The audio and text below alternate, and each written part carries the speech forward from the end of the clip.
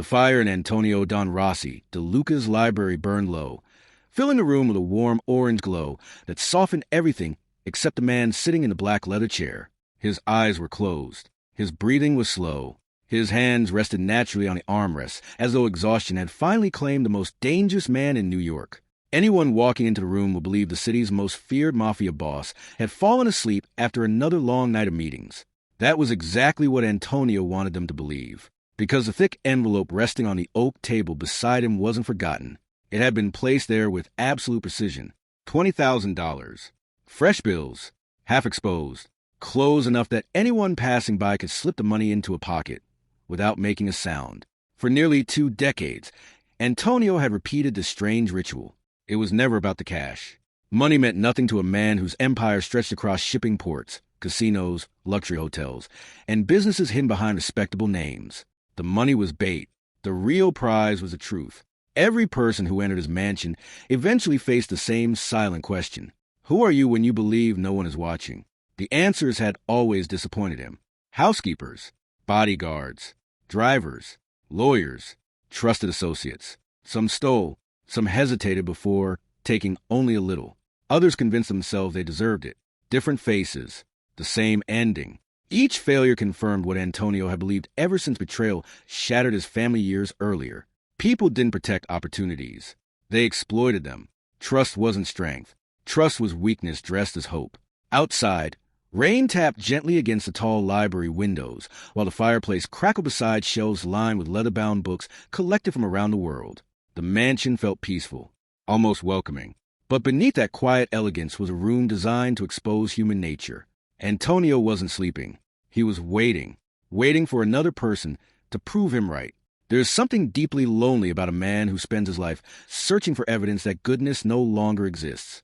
At first, he tells himself he is protecting his heart. Eventually, he realizes he has built a prison around it. Antonio had forgotten where protection ended and isolation began. Then the silence changed. The library door opened slowly.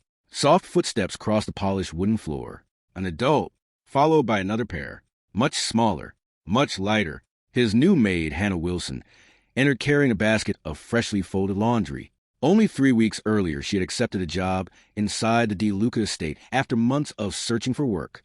Widowed far too young, she was raising her 7-year-old daughter alone while struggling to keep a roof over their heads.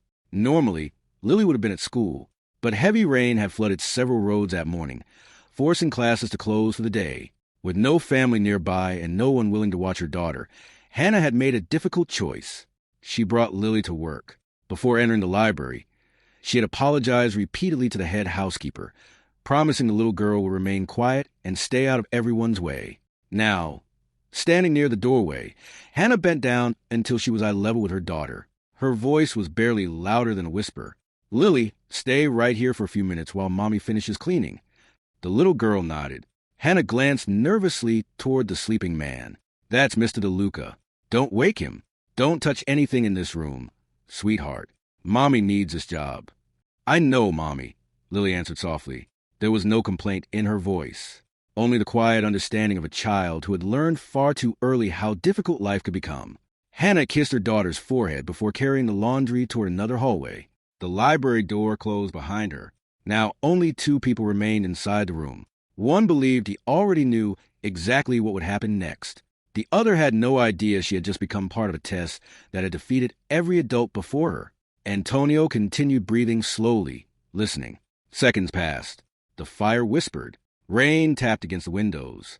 Then, tiny footsteps began moving toward the chair, toward the money, toward the answer that would either confirm everything Antonio believed or change his life forever. Antonio remained perfectly still. Years of discipline had taught him how to control every muscle in his body. His breathing rose and fell in slow, measured rhythm, his head resting comfortably against the leather chair as though exhaustion had finally conquered the man who ruled New York's criminal underworld. Behind his closed eyes, however, every sound inside the library echoed with startling clarity. The fire crackled softly in the marble fireplace. Rain continued tapping against the tall windows. Somewhere beyond the walls, an old grandfather clock marked another passing second. Then came the gentle click of the library door. Antonio recognized Hannah's careful footsteps immediately. She walked lightly, almost apologetically, as though she feared disturbing the silence that filled the mansion. Beside her came another pair of footsteps, so small they barely made a sound against the polished wooden floor. He resisted the urge to smile. So the little girl had wandered in after all. Without opening his eyes, Antonio listened. "Honey," Hannah whispered, her voice carrying the nervousness of someone who knew one mistake could cost everything. "Stay right here while Mommy finishes cleaning the dining room. It'll only take a few minutes."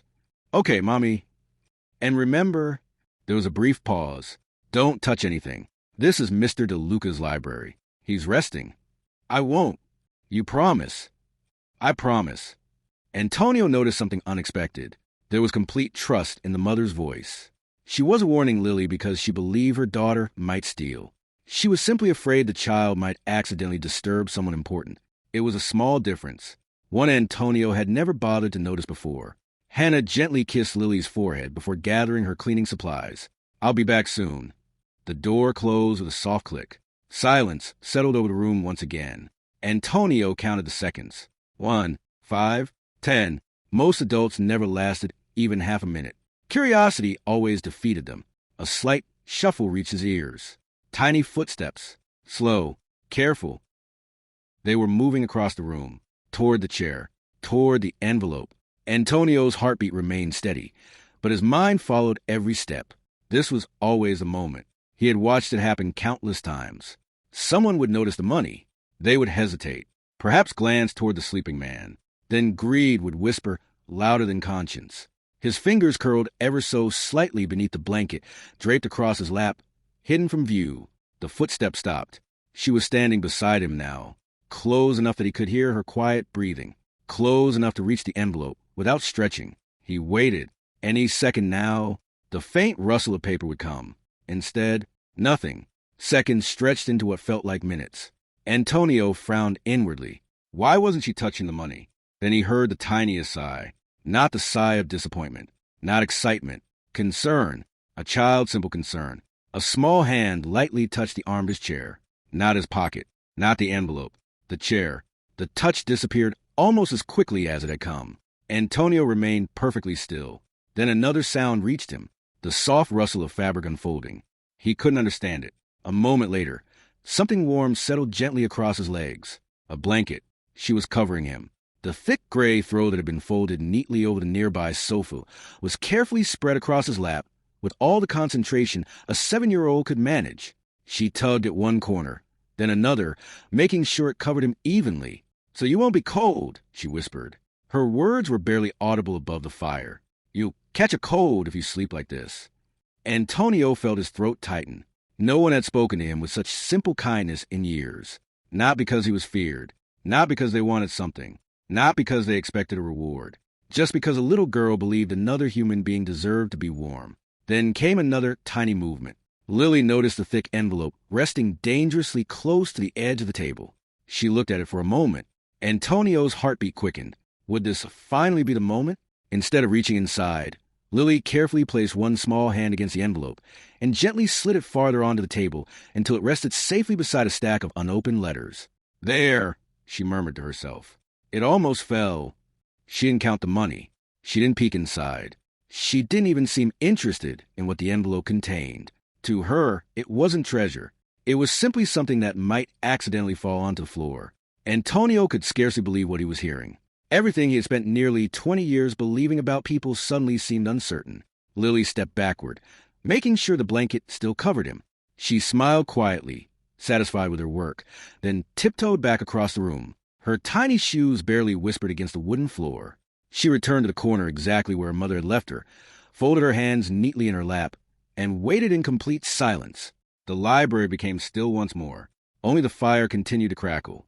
Antonio remained motionless, yet inside him something was breaking apart. Not his composure, not his authority. Something much older. A wall built from betrayal, grief, and years of believing that every heart could be purchased. For the first time since the day he had buried his younger brother, Antonio Don Rossi, DeLuca felt tears gathering behind eyes that dared not open. One little girl had walked into his carefully constructed trap, and instead of proving him right, she had quietly shown him he had been wrong all along. Antonio did not move until he heard Hannah's footsteps returning to the library. The door opened carefully, just as it had before. "There you are, sweetheart," Hannah whispered with a relieved smile. "Thank you for being such a good girl. I stayed where you told me, Mommy. I'm proud of you." Antonio kept his breathing slow for another few seconds before allowing himself to stir. His fingers twitched beneath the blanket, and he slowly opened his eyes as though waking from a deep sleep. Hannah gasped, I'm so sorry, Mr. DeLuca. I didn't mean to wake you." Antonio sat upright, without answering immediately. His expression was unreadable, his dark eyes moving first to the blanket draped neatly across his lap, then to the envelope resting safely away from the edge of the table. Finally, his gaze settled on Lily. The little girl smiled politely. "Good afternoon, sir." For a brief moment, Antonio almost smiled back. Almost. Instead, the cold mask that had protected him for years slipped back into place. His voice became calm and stern. "Who touched me?" Hannah's face turned pale. Excuse me? This blanket wasn't here before." Silence filled the room. Lily slowly raised her hand. "I did." "You." "I thought you were cold." Antonio stood, brushing invisible dust from the sleeve of his navy suit. His eyes fell to the soft gray blanket before narrowing deliberately. "It sheds." Neither Hannah nor Lily understood. Antonio lightly brushed a few strands of gray lint from his jacket, then sighed as though examining expensive damage. This suit was handmade in Italy. Hannah's heart nearly stopped. "I'm so sorry, sir," she blurted out, stepping in front of Lily almost instinctively. "She didn't know. She's just a child. Please don't blame her." Antonio remained silent. The silence was worse than shouting. "I'll pay for the cleaning," Hannah continued desperately, though she knew she couldn't afford it. "Please, just don't fire me. We need this job." Antonio watched her carefully. He had seen this kind of fear countless times. Fear of losing income. Fear of disappointing an employer. Fear of returning to poverty. But as Hannah stood trembling before him, he noticed something different. She wasn't trying to protect herself. She was protecting her daughter. Before he could respond, Lily gently tugged at her mother's sleeve. "It's okay, Mommy." Hannah looked down. Lily stepped around her and faced Antonio herself. Her small shoulders were tense, but she didn't hide behind her mother. "I'm sorry if I made your clothes dirty." Antonio folded his arms. "And how do you plan to fix that?" Lily lowered her eyes for a moment. Then her tiny fingers disappeared beneath the collar of her dress. She carefully removed a thin silver chain from around her neck. Hanging from it was a small heart-shaped pendant, worn smooth from years of being held between little fingers. She walked toward Antonio with slow, hesitant steps.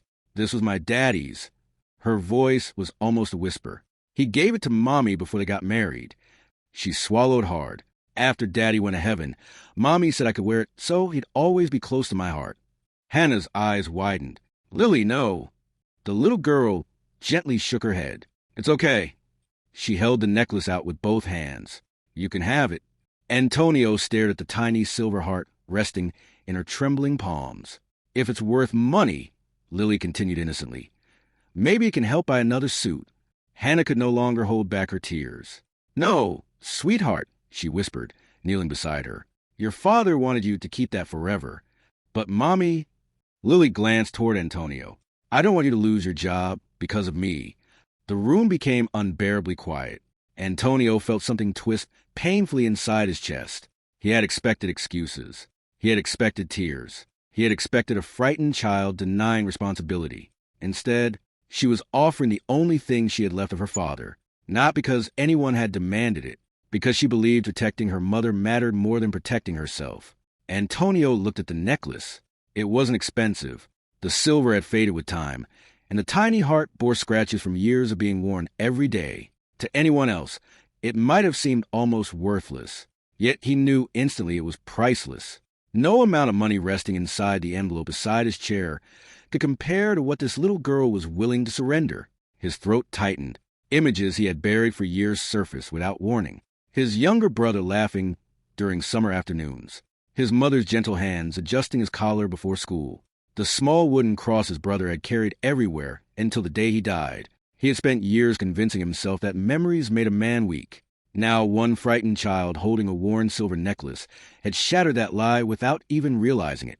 Antonio slowly reached toward the pendant. Lily smiled sadly, believing he was accepting her gift. Instead, he carefully folded her tiny fingers back around it. "No," he said quietly. His voice lacked the hardness it had carried only moments earlier. "This belongs with you." Lily looked up, confused. "But your suit." Antonio glanced at the blanket, still resting across the chair. Then he looked back at the child who had covered him simply because she thought he might be cold. For the first time in nearly 20 years, maintaining the mask of Don Rossi felt heavier than carrying the weight of his entire empire. The walls around his heart had not yet fallen, but deep cracks had begun to spread through them, and he knew, with a certainty that unsettled him, they would never be the same again. Antonio looked from the small silver heart resting in Lily's hands to the frightened expression on Hannah's face. For several long seconds, no one spoke. The silence felt different now. It no longer belonged to suspicion. It belonged to truth waiting to be told. Antonio drew in a slow breath before walking back toward the leather chair. He picked up the thick envelope from the table, weighed it in his hand for a moment, then turned to face them. "Hannah," he said quietly, "how long have you worked here?" She blinked, surprised by the unexpected question. 3 weeks, sir. And before that, I cleaned offices at night and houses during the day whenever I could find work." He nodded. "I've read your employment file." Hannah's shoulders stiffened. "You have?" "I read the file of every person who enters this estate." She lowered her eyes, suddenly wondering what else he knew. Antonio's gaze drifted back to Lily. "Do you know why this envelope was sitting beside my chair?" Lily shook her head. "I thought maybe you forgot it." A faint smile almost appeared on Antonio's face. "I didn't forget it." He slowly opened the envelope and removed several thick bundles of crisp $100 bills. Hannah gasped quietly. The amount of money was more than she earned in many months. Antonio laid the cash back inside before speaking again. "I placed it there on purpose."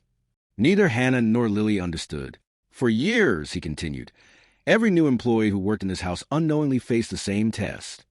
Hannah's brow furrowed. "Tess, I pretend to fall asleep." He glanced toward the chair. "I leave money where it's easy to see." His voice carried no pride, only quiet disappointment. "Then I wait." Realization slowly spread across Hannah's face. "You were watching us." "I was listening." She instinctively looked at Lily, then back at Antonio. "You thought we'd steal from you." The words weren't angry. They sounded wounded. Antonio accepted them without protest. "I believed everyone eventually would." The confession hung heavily in the room.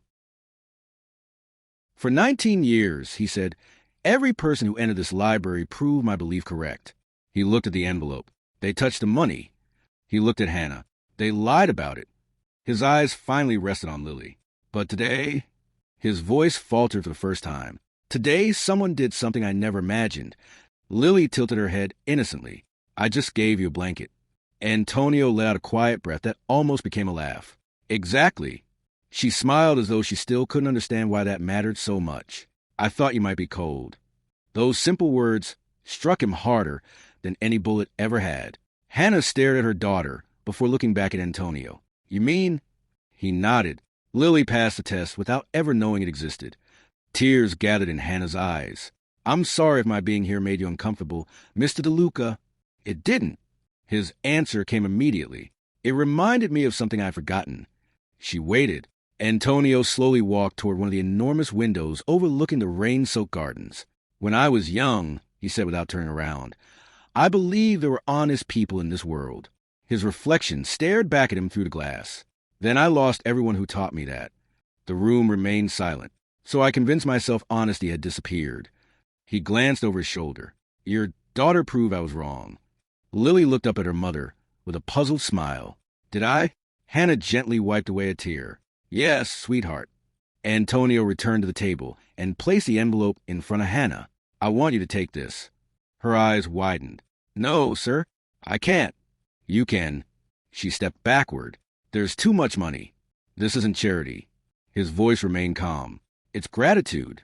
Hannah shook her head. "I only did my job." "No." Antonio looked toward Lily. "She did something neither money nor power has been able to accomplish." He closed the envelope and pushed it gently toward Hannah once more. "Consider it a signing bonus and several years of financial security." Hannah covered her mouth in disbelief. "I don't know what to say." "Then don't say anything." Antonio reached inside the inner pocket of his jacket and removed a small leather notebook. He wrote several lines before tearing out the page. Tomorrow morning, he would instruct his attorneys to establish an educational trust in Lily's name. It would pay for every year of school, every textbook, every university tuition, every dream she might one day discover. He folded the paper and handed it to Hannah. This contains the name of my attorney. She accepted it carefully. I've arranged a meeting tomorrow. Her voice trembled. Why? Because your daughter deserves opportunities that shouldn't depend on luck. Hannah stared at the note as fresh tears rolled down her cheeks. Lily simply smiled. Does that mean Mommy won't lose her job? Antonio looked at the little girl. No. Her face brightened instantly. Really? Not only will your mother keep her job. He paused. I hope both of you will continue coming here. Lily clapped her hands together. I like your library. Antonio found himself smiling openly for the first time in years. So do I. It was a small smile, almost unfamiliar. Yet somehow it made the enormous mansion feel less empty. As Hannah embraced her daughter, Antonio quietly looked around the library that had served as a stage for his secret test for nearly 2 decades. The leather chair, the oak table, the envelope that had exposed so many disappointments. Nothing in the room had changed, and yet everything had. For the first time since betrayal had hardened his heart, Antonio realized he no longer wanted to spend his life searching for proof that people were selfish. Instead, he found himself wondering how many acts of quiet kindness he had overlooked simply because he had stopped believing they existed. It was only the beginning. But for the first time in 19 years, Antonio Don Rossi, DeLuca walked out his library carrying something far more valuable than the empire he had built. He carried hope. The following Monday, the DeLuca mansion felt different. No one could quite explain why. The marble floors still gleamed beneath the morning sunlight. The crystal chandeliers still reflected ribbons of light across the grand foyer. Armed guards remained at every entrance, and expensive cars continued arriving to the iron gates with clockwork precision. Everything appeared exactly as it always had. Yet something invisible had shifted. It began with Antonio himself. For years, he had eaten every meal alone in a dining room large enough for 20 people. The servants would quietly place breakfast on the polished oak table before disappearing, without a word. By the time they returned, the plates were almost untouched. Meals had become another obligation, not something to enjoy. But on Hannah's second week after the incident in the library, Antonio surprised everyone. As Hannah prepared to escort Lily home after finishing her shift, Antonio appeared at the dining room entrance. Lily! The little girl looked up. Yes, Mr. DeLuca? Have you had dinner yet? She glanced at her mother before shaking her head. We were going to eat when we got home. Antonio hesitated, as though the next words felt strangely unfamiliar. Would both of you join me? Hannah nearly dropped the tray she was carrying. Sir, it seems unnecessary for the cooks to prepare 3 separate meals. The explanation sounded awkward even to him. Lily smiled before Hannah could answer. Really? Antonio gave a small nod. If your mother agrees. Hannah looked uncertain. She knew employees did not eat with the owner of the house. There were rules. Invisible lines that simply weren't crossed. But Antonio was already pulling out a chair. It's only dinner. That evening marked the beginning of a tradition no one inside the mansion had expected. At first, the conversations were brief. Lily happily described what she had learned from books borrowed at the neighborhood library. Hannah apologized whenever her daughter spoke too much. Antonio mostly listened. Yet every evening, the silence between them became a little less uncomfortable. Soon Lily stopped calling the enormous mansion Mr. DeLuca's house. She simply called it the big house. One evening she frowned thoughtfully while studying Antonio across the table. Do you always eat by yourself? Antonio paused with his coffee. I used to. Doesn't that get lonely? The question caught him completely off guard. I suppose. He searched for an honest answer. It did. Lily nodded as though she had solved a simple puzzle. Then you don't have to anymore. The words were spoken with such certainty that Antonio found himself smiling. Children, he realized, had a remarkable way of treating complicated problems, as though they had wonderfully simple solutions. As autumn slowly turned toward winter, another unexpected tradition emerged. One rainy evening, the electricity flickered during a storm. To pass the time, Lily wandered into Antonio's enormous library. She stared at thousands of books stretching toward the ceiling. So many stories, she whispered. Antonio looked up from a business report. Do you like reading? I love reading. Which one is your favorite?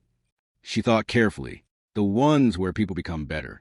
Antonio quietly closed the report. Choose one. Her eyes widened. Really?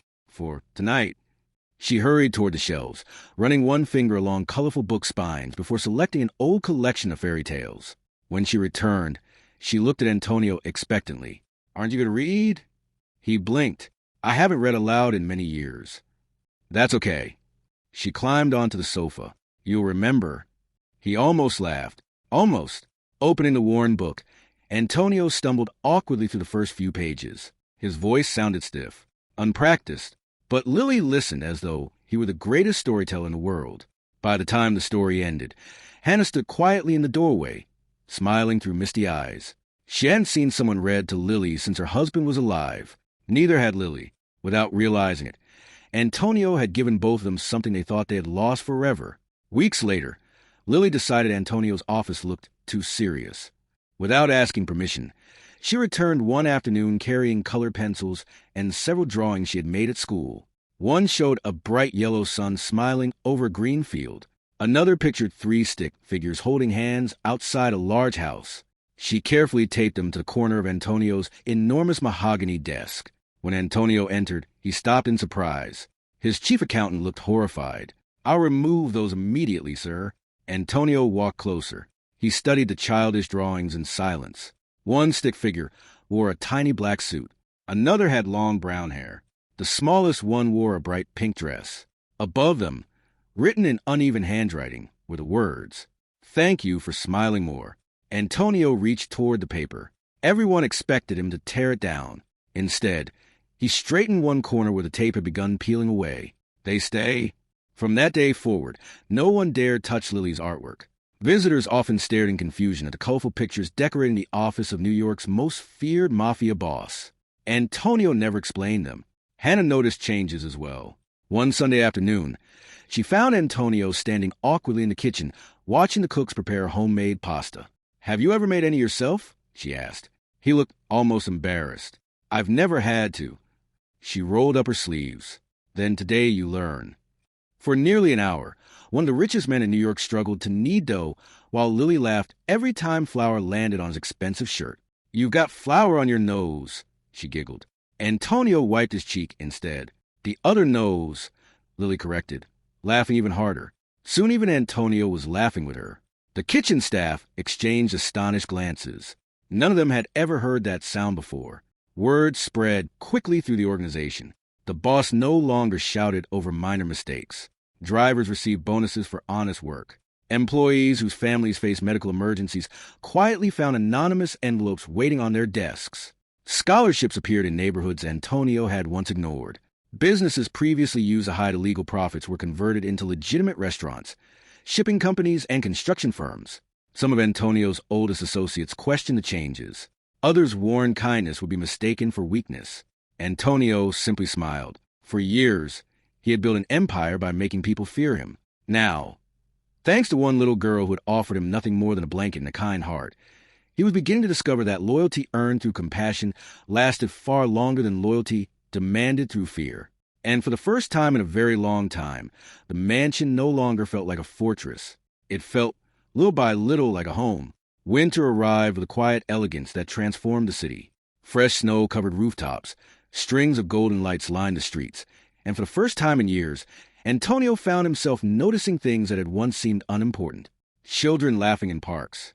Families carrying oversized Christmas trees. Couples lingering over coffee without checking the time. They were ordinary moments, yet they no longer felt invisible. Lily had changed that. She had taught him, without ever trying, that a life measured only by power was a painfully small one. It was an idea that did not escape everyone's attention. Across town, inside the top floor of an aging hotel overlooking the harbor, Marco Bellini studied a collection of photographs spread across a mahogany desk. Each image captured something that would have been unimaginable only a few months earlier. Antonio smiling beside a little girl. Antonio attending a children's literacy fundraiser. Antonio leaving a hospital after paying for an anonymous patient's surgery. Antonio shaking hands with community leaders instead of intimidating them. Marco leaned back slowly. "So," he murmured, "the wolf has discovered he enjoys being a shepherd." The men surrounding him exchanged uneasy glances. One finally spoke. "Should we be concerned?" Marco's smile was cold. "You should always fear a powerful man." He tapped one photograph with a finger. but never more than when he suddenly has something to lose. His eyes settled on Lily's smiling face.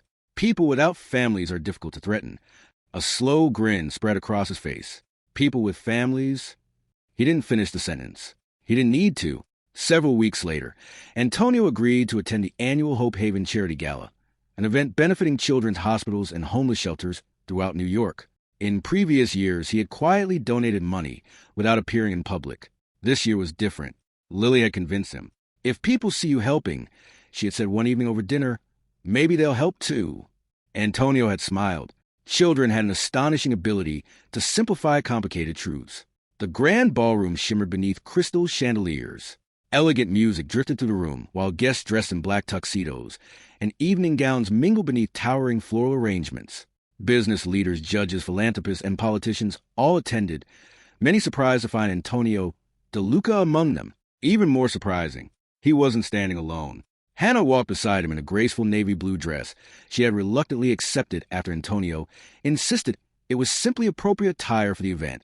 Lily, wearing a cream-colored dress with a silver ribbon around her waist, held her mother's hand while gazing in wonder at the enormous ballroom. "It's beautiful," she whispered. Antonio looked down. "So are you." She beamed for a brief moment. He forgot every bodyguard surrounding them, every rival watching from shadows, every danger attached to his name. He simply enjoyed watching a little girl experience something magical. Across the room, however, someone else was watching. A waiter. At least, that was what everyone believed. His white jacket concealed more than serving utensils. Hidden beneath a folded linen napkin rested a compact pistol fitted with a suppressor. His eyes never left Antonio. The orchestra began another song. Guests applauded as the evening's host stepped onto stage. Antonio turned slightly toward Hannah. "You've been quiet." She smiled. "I'm still getting used to seeing this side of you." This side, the one that smiles. He looked away almost shyly. "I'm still getting used to it myself." A burst of laughter echoed from nearby tables. The room relaxed. It was a perfect moment. The waiter began walking, not toward the kitchen, toward Antonio. His pace remained calm, professional, unnoticed. Years of training allowed Antonio to sense danger before he fully understood it. Something felt wrong. He turned instinctively. Their eyes met. The waiter reached beneath the napkin. Metal flashed beneath the ballroom lights. Antonio's voice thundered across the room. "Down!" Chaos exploded. Guests screamed. Crystal glasses shattered against marble floors. Bodyguards lunged toward their weapons. The assassin raised a pistol. Everything seemed to slow. Antonio stepped toward Lily. The gun fired. The muffled crack barely rose above the orchestra's final note. Hannah saw the weapon at the same instant Antonio did.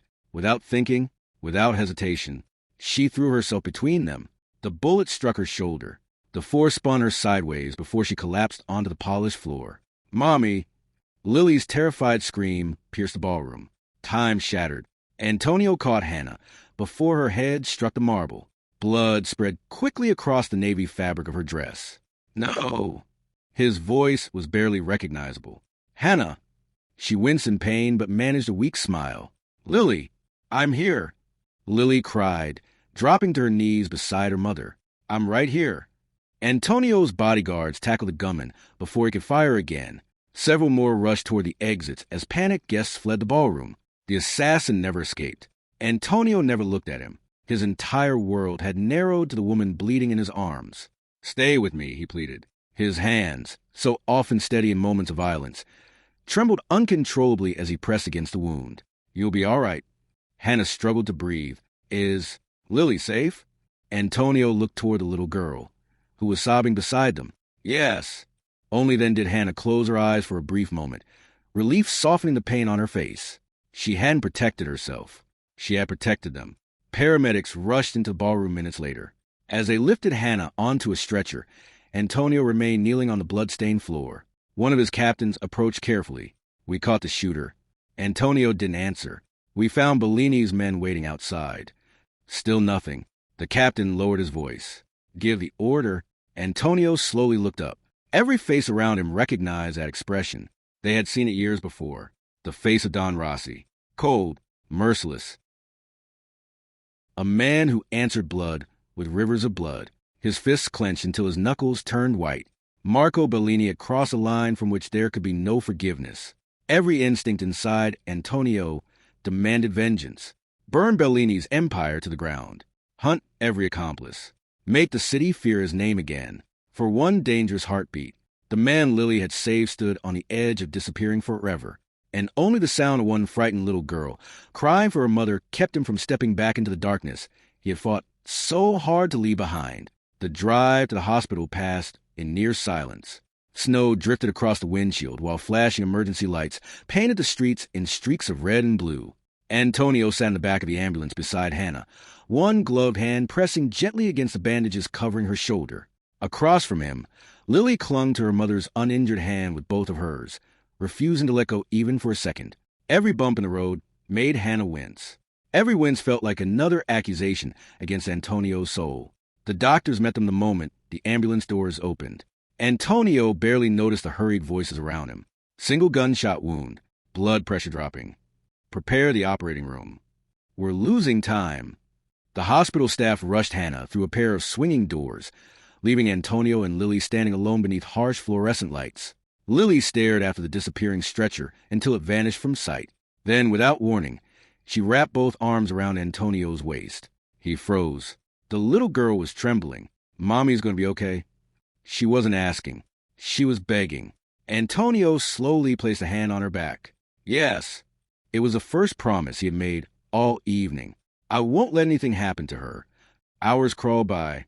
Antonio remained exactly where the surgeons had left him. Business associates arrived.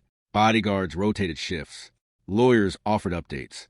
His captains repeatedly requested private meetings. He dismissed every one of them. For the first time in anyone's memory, the head of the DeLuca organization ignored every matter of business. Nothing mattered except the operating room doors. Near midnight, the lead surgeon finally emerged. The bullet passed through the shoulder without striking her heart or lungs. Antonio released a breath he hadn't realized he was holding. There was significant blood loss, the doctor continued, but we expect a full recovery. Lily burst into tears. This time there were tears of relief. Antonio closed his eyes for a brief moment. It felt as though someone had returned air to his lungs. Over the following days, the hospital quietly became his second home. Every morning before sunrise, Antonio arrived carrying fresh flowers for Hannah's room, though she often joked they were too beautiful for someone who had nearly gotten herself killed. Every evening, he stayed until visiting hours ended. Sometimes they talked. Sometimes they simply watched the snow fall beyond the hospital windows. There was a peacefulness in those quiet hours that Antonio had never known inside boardrooms or private clubs. One afternoon, Hannah smiled weakly from her hospital bed. You don't have to keep coming every day. Antonio looked up from a novel he had been reading aloud. I know. The organization needs you. It can wait. She laughed softly. I never imagined I'd hear those words from Antonio DeLuca. Neither did I. The smile that followed was small but genuine. Across the room, Lily sat at a tiny children's table coloring pictures with bright markers provided by one of the nurses. Nearly every drawing featured three familiar people. A tall man in a black suit, a woman with long brown hair, a little girl standing between them, always holding hands. Antonio pretended not to notice. Secretly, they became the most treasured artwork he had ever seen. Outside the hospital, however, a different conversation unfolded. Inside Antonio's headquarters, several senior captains gathered around a polished conference table. Marco Bellini's attempted assassination had outraged everyone. He drew first blood. One growled, We end this tonight. Another slammed his fist against the table. Our men are waiting. One, Order. That's all we need. Antonio listened without interrupting. The room fell silent. Every eye turned toward him. Years earlier, there would have been no discussion. He would have declared war before the meeting even began.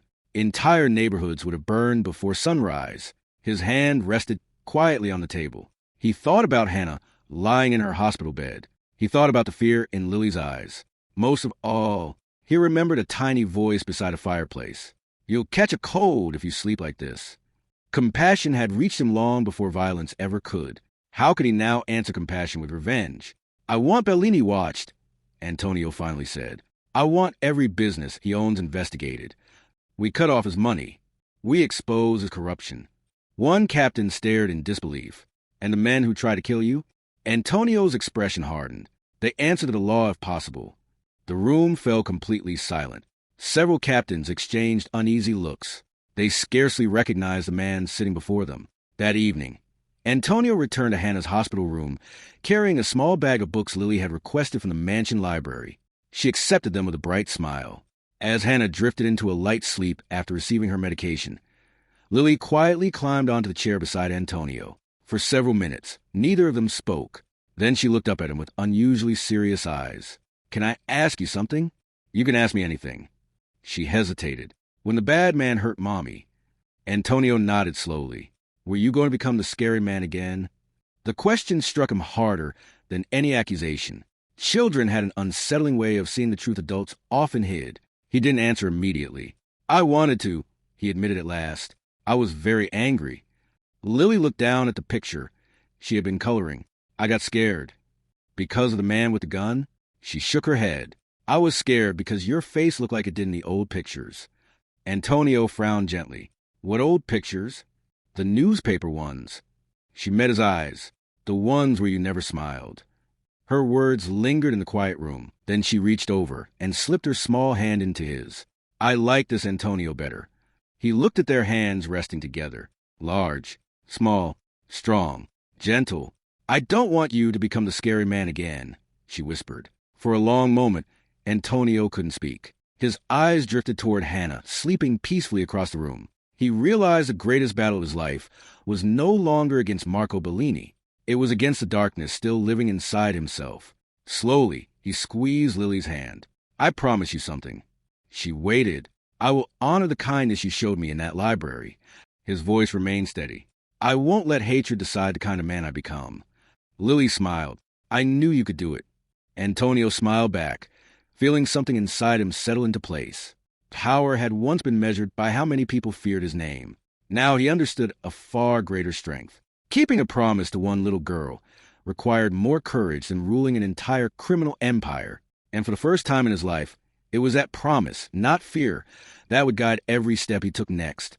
3 weeks after Hannah returned home from the hospital, life at the DeLuca mansion slowly found its rhythm again. The laughter returned first.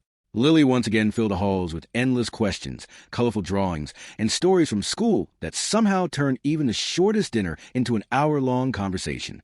Hannah had recovered enough to resume light duties around the estate, though Antonio insisted she avoid any heavy work until the doctors cleared her completely. For the first time in years, the mansion felt alive.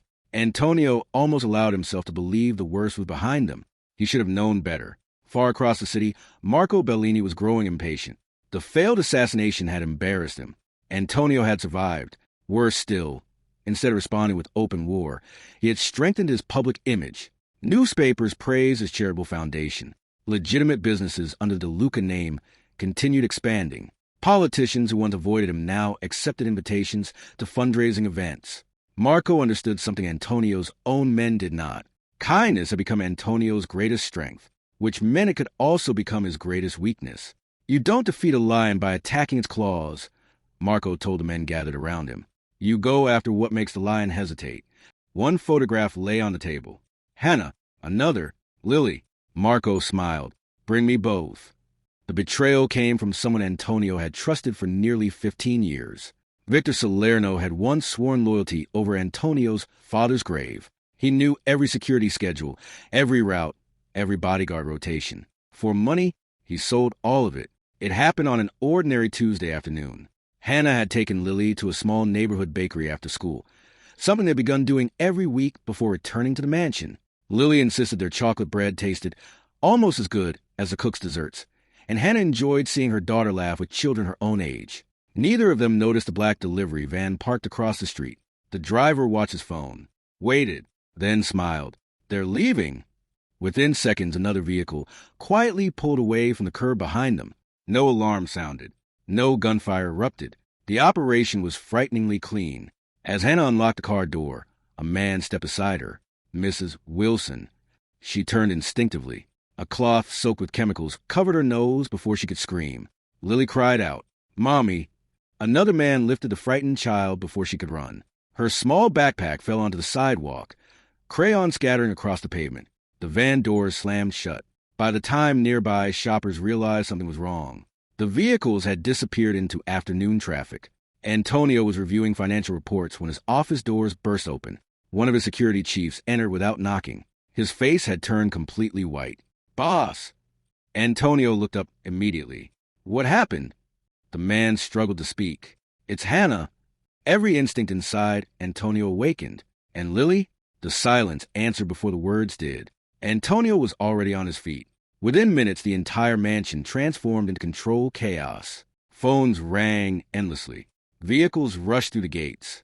Security footage from hundreds of cameras flooded giant monitors inside the operations room. Antonio stood at the center, studying every screen. Find them. No one needed further instructions. Every available resource began searching the city. An hour later, a secure phone rang. The room fell silent. Antonio answered. "DeLuca." Marco Bellini laughed softly. "You sound worried." Antonio's expression became stone. "If you've touched them, I have." The words landed like ice. Antonio closed his eyes for a brief second. He forced himself to remain calm. "What do you want?" Marco sounded almost amused. "Nothing complicated." A document arrived on Antonio's desk at that exact moment. Victor Salerno stood nearby, unable to meet his eyes.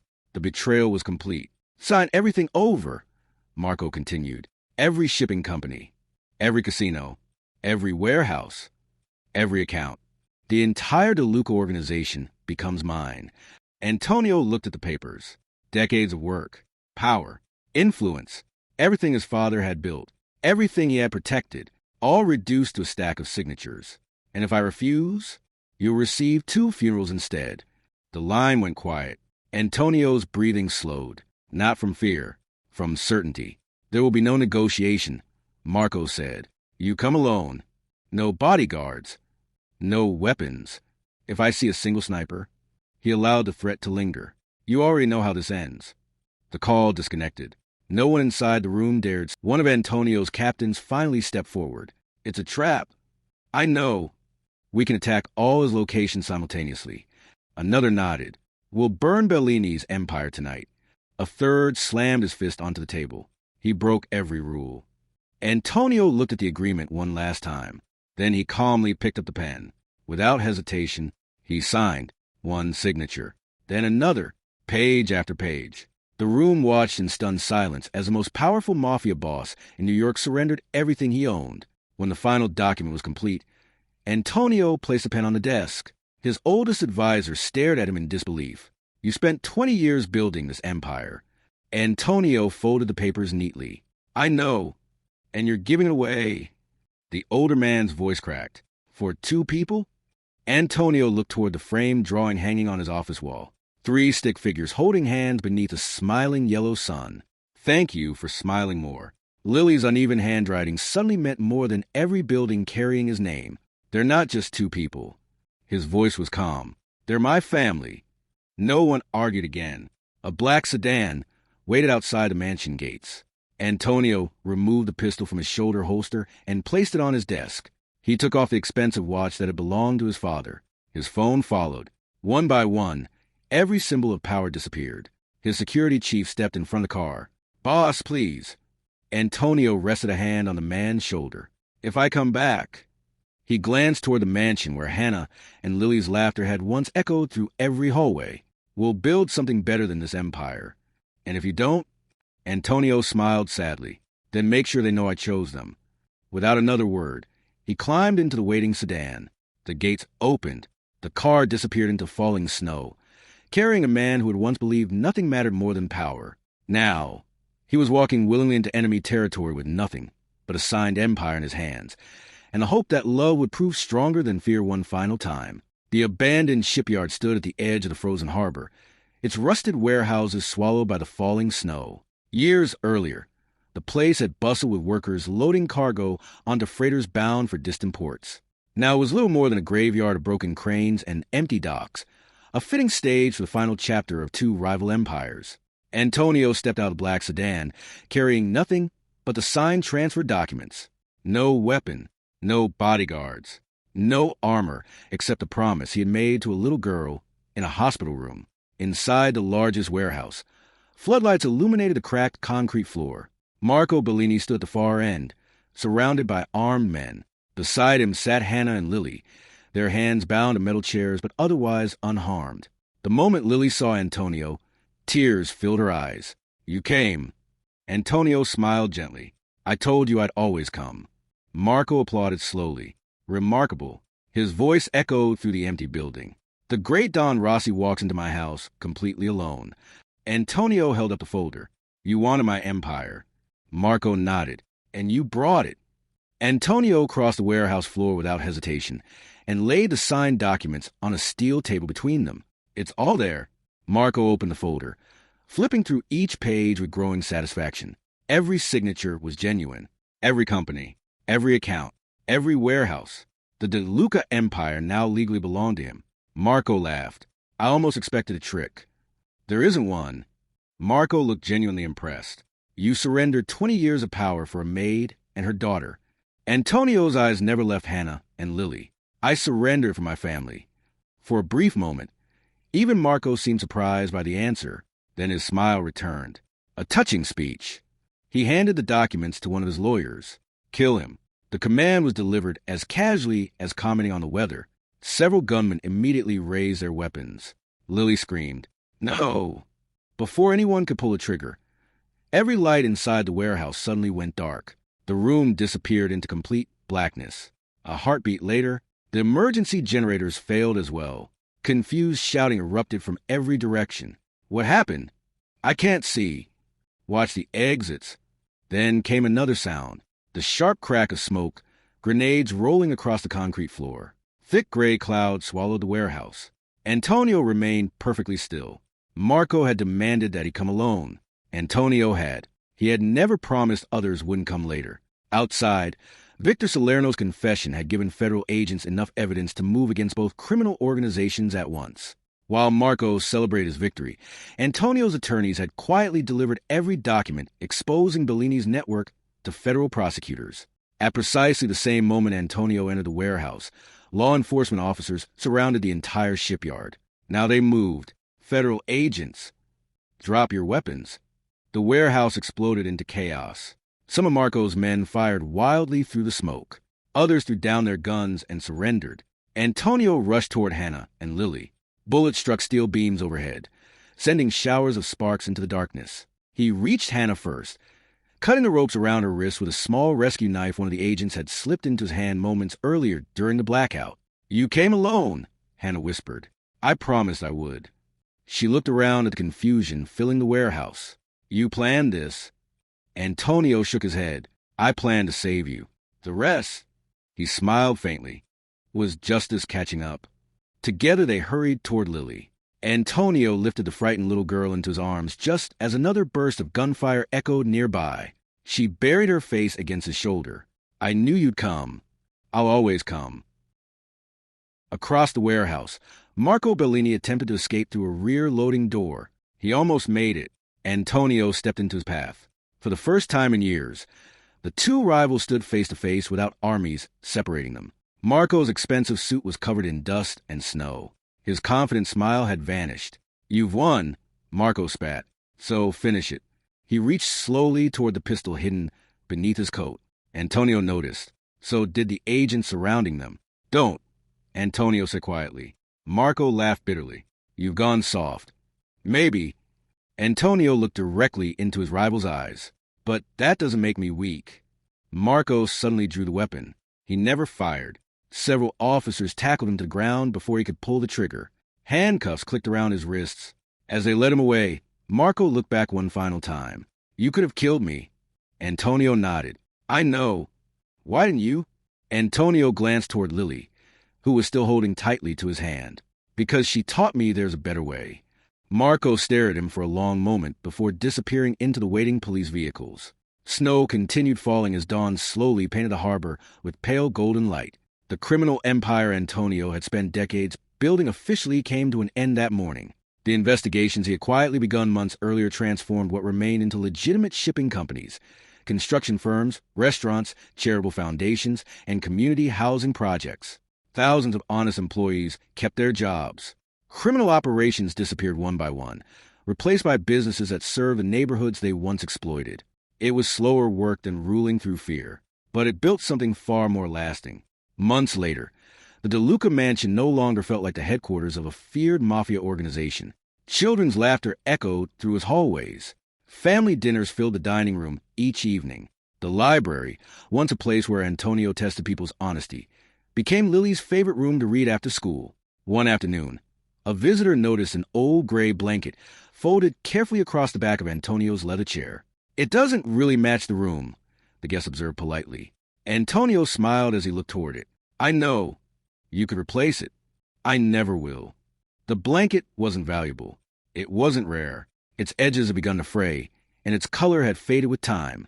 Yet to Antonio, it remained the greatest treasure in the mansion. Every time he saw it, he remembered a frightened little girl who had walked past an envelope full of money without a second glance because she believed a stranger might be cold. One simple act of kindness had accomplished what wealth, fear, and power never could. It had awakened a heart that had long forgotten how to love. As for Hannah and Lily, they never returned to being merely a maid and her daughter. They became the family Antonio never believed he deserved. Sometimes, on quiet winter evenings, the three of them would sit together in the library while snow drifted gently beyond the tall windows. Antonio would read aloud from one of Lily's favorite books. Hannah would smile over a cup of tea, and the old grandfather clock would quietly mark the passing hours. There was still pain in Antonio's past. There were memories that would never completely fade, but they no longer defined him, because in the end, the strongest man in New York was not the one who ruled an empire through fear. He was the man who chose love over revenge, family over power, and hope over hatred, all because one little girl had covered a sleeping stranger with a simple gray blanket and reminded him that the richest hearts are never measured by what they possess, but by what they are willing to give.